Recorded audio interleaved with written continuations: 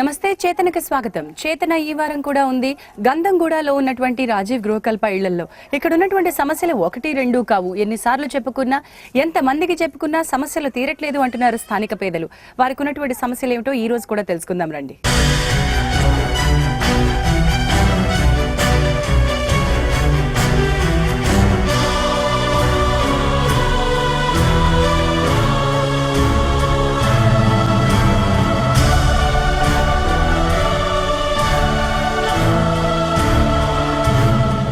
RGK ఇళ్లల్లో ఒకసారి pipe లైన్లు చూడండి. ఏ పైప్ లైన్ చూసినా లీకేజ్ కనిపిస్తుంది. ఇళ్లల్లోకి వచ్చేటువంటి ఈ నీరు ఎక్కడి నుంచి వస్తుంది అంటే స్వతహాగా పైప్ లైన్లోంచి బాత్రూంలోకి నీళ్లు రావాల్సినటువంటి చోట ఆ పైపుల్లోకి మాత్రమే కాదు, గోడల్లోకి కూడా వాటర్ లీకేజ్ అవుతూ ఉండడం మనం గమనించవచ్చు. ఇలా లీకేజ్ 1 రోజు 2 రోజులు కాదు, రిపేర్లు సొంత డబ్బులతో చేయించుకున్నా కూడా ఇక్కడ ఉన్నటువంటి ఈ నాణ్యత లోపం వల్ల ఎంత డబ్బులు పోసినా పూర్తిగా పైప్ లైన్ మళ్లీ చేయించుకోవడం మార్గం తప్ప ఒక్కసారికి 2 సార్లకి తాత్కాలిక పరిష్కారం లేదు అంటున్నారు పేద ప్రజలు. ఇది మాత్రమే కాదు, నానిపోయినటువంటి గోడలతో, పైనుంచి ఊటలాగా దిగేటువంటి నీటితో, బూజులతో, అలర్జీలతో సతమతమవుతున్నారు పేద ప్రజలు. ఇలాంటి నాణ్యత లోపం ఉన్నటువంటి ఇళ్లలో ఎన్నాళ్లు బతకగలమో తెలియదు అనే భయాన్ని కూడా ఎక్స్ప్రెస్ చేస్తున్నారు. ఒకసారి ఇంటి లోపలికి వెళ్లి అక్కడ ఉన్నటువంటి సమస్య ఏమిటో చూద్దాం. సో ఇప్పుడు మనం లోపలికి వచ్చి గ్రౌండ్ ఫ్లోర్ లో నుంచున్నాము. గ్రౌండ్ ఫ్లోర్ లో కూడా ఇంకా మనకి ఇక్కడ చెమ్మ ఇదంతా ప్లేయర్ లోపలికి వెళ్ళి బీమ్లకి వెళ్ళి వచ్చేసినారు వాటర్ పూర మొత్తం పచ్చిగా అయిపోయింది. ఈ మెట్ల మీద నుంచి అంతా కూడా పైకి వెళ్ళి వచ్చేసిన వాటర్. సో కేవలం బాత్రూముల్లో లీకేజ్ కాదు, ఇది మొత్తం స్లాబ్ దే లీకేజ్, మొత్తం స్లాబ్ లీకేజ్ కిందకి ఆఖరికి నాకు ఇదిగో ఈ గ్రౌండ్ ఫ్లోర్ లో ఉన్నటువంటి ఈ గోడకు కూడా చెమ్మ కనిపిస్తుంది. ఇక్కడ ఇదంతా కూడా పచ్చి పచ్చిగా ఉంది. ఇక ఇందులో బట్టలు పెట్టుకోవడం కానీ ఇవన్నీ కానీ ఎట్లా? బట్టలు పెట్టుకోవడం ప్రధానంగా చిన్న పిల్లలు ఉంటే మాత్రం 3 days 4 days కంపల్సరీ హాస్పిటల్కి వెళ్ళాలి మేడం. పిల్లలకి జలుబు దగ్గు చిన్న పిల్లలు ఉంటే చాలా ప్రాబ్లం మేడం. పిల్లలకైతే అసలు ఇక్కడైతే ఒక రకమైన వాసన కూడా వస్తుంది. పైకి వెళ్దాం రండి.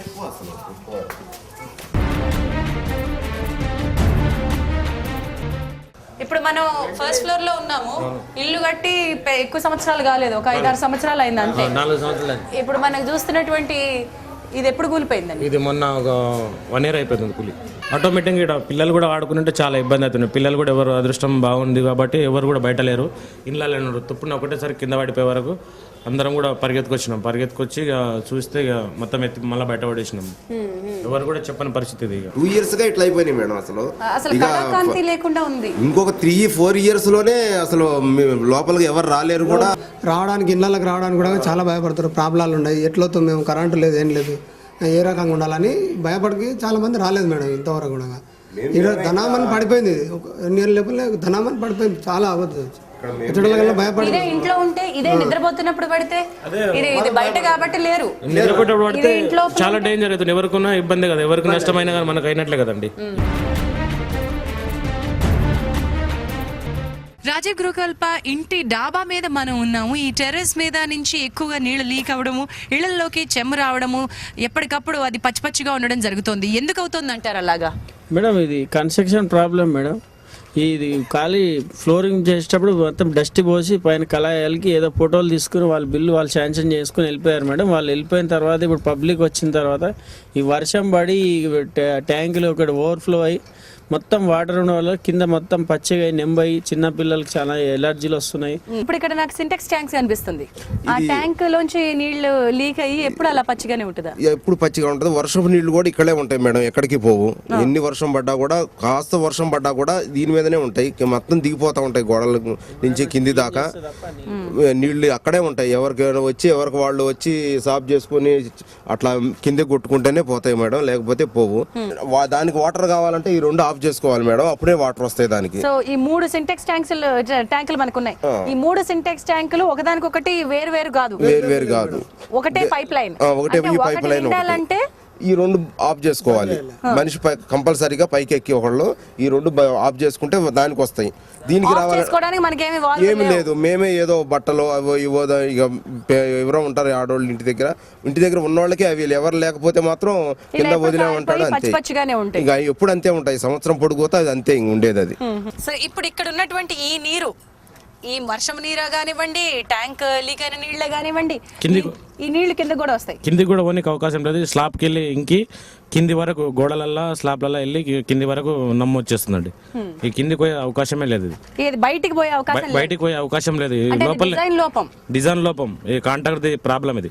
ఎవరైతే కాంట్రాక్ట్ తీసుకుంటారో వాళ్ళది ప్రాబ్లం. వాళ్ళు ఏదంటే డబ్బులు జోలో పెట్టుకునికే ఎట్లా అంటే అట్లా చేసి పైన చేసి వెళ్ళిపోయిన వాళ్ళు.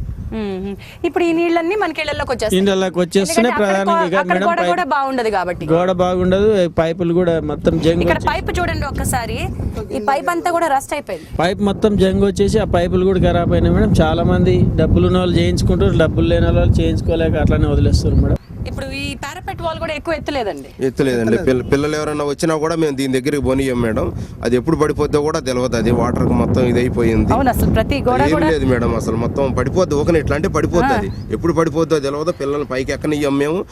ఒకవేళ మేము ఉంటేనేమో ఎక్కనియ్యం, లేకపోతేనేమో మాకు పిల్లలు ఎప్పుడు పైకి ఎక్కుతారనో భయం మాకు. దానివల్ల కూడా ఈ ఇంట్లోకి రావాలంటేనే అసలు మా గుడిసెలే నయం అనిపిస్తుంది మాకు మేడం. ఈ బిల్డింగ్ల కన్నా కూడా ఎక్కడో రోడ్డు మీద చిన్న గుడిసేసుకొని ఉన్నదే నయం అనిపిస్తుంది. ఇదివరకు జీవితమే బాగుంది అనిపిస్తుంది. వీళ్ళు ఇచ్చిన అన్నారా కానీ మా దగ్గర డబ్బులు తీసుకొనే ఇచ్చారు, అంత తీసుకొనే ఇచ్చారు. అయినా కూడా మాకు మేము అప్పులు తీసుకొచ్చి కట్టినా కూడా మాకు ఇక్కడ ఏం సుఖం లేదు మేడం. మాకు ఎలర్జీలే మేడం. మొత్తం ఇట్లా గీక్కుంటా ఉంటారు, అందరికి ఎలర్జీ. ఇదిగోండి అటువంటి వాటర్లనే ఇప్పుడు మొహం కడుక్కోవాలి మేము. చిన్నపిల్లలు నోట్లో పోసుకొని మొహం కడుక్కుంటారు. అయ్యి అవసరమైతే కూడా లేనప్పుడు నీళ్ళే కదా అని పిల్లలు తాగుతారు కూడా. అటు విధంగా సిలుం పట్టిన నీళ్లు ఉన్నాయి. స్నానం చేయడానికి లేదు, బాత్రూమ్ కూడా నీళ్లు కొనుక్కోవాల్సిందే మేము. ఏ స్థాయిలో ఫ్లోరింగ్ ఉందో అనడానికి ఇది నిదర్శనం. ఇక్కడ చిన్న ప్యాచ్ సిమెంట్, ఇది గనక కొంచెం ఇలా పైకి లేపితే వచ్చేస్తుంది. చేత్తో పట్టుకుంటేనే వచ్చేస్తుంది. ఈ లోపల ఏం క్వాలిటీ ఉందో చూద్దాం. పైన చాలా పల్సట్ లేయర్ సిమెంట్ ఉంది కదండి. చాలు ఇంకా తీయకండి, ఇంకా చాలండి తీయకండి. అసలే మనకి తక్కువ ఉందంటే ఇంకా మనమే గెలికే తీసేస్తున్నాం. కానీ ఈ లోపల ఏముందో చూడండి. మొత్తం ముసుకనే ఉందండి. ఈ మొత్తం ఇసుకే, మొత్తం ముసుకనే కదా చూడండి. మొత్తం ఇట్లా అంటే వెళ్ళిస్తుంది. మొత్తం ముసుకనే. స్లాబ్ వరకు మొత్తం ఇదే పోసేసి పైన నీట్గా కనికే కలయి పెట్టేసి. సో ఇది ఎంత నీరు పడ్డప్పుడల్లా ఈ ఇసుక మొత్తం పీల్చుకొని స్లాబ్ మొత్తం ఓకే అయిపోయి కిందికి ఇచ్చేస్తుంది. ఈ కింద ఇప్పుడు వర్షం కింద పైన ఉన్న వాళ్ళకి చాలా ఇబ్బంది. అసలు పైనే కాదు కింద వరకు కూడా కింద వరకు వస్తుంది కానీ పైన ఉన్న వాళ్ళకు పూర ఇండ్లకు వచ్చేస్తే పండుకొని పరిస్థితి లేకుండా. అసలే పేద బతుకులు, ఆ పేద బతుకులపై కూడా కాంట్రాక్టర్లు మింగాలని చూశారంటే అది ప్రభుత్వం డబ్బు కాదు. ఆ ప్రభుత్వం దానికి బాధ్యత తీసుకోదు. బలైపోతున్నది మాత్రం పేద ప్రజలే.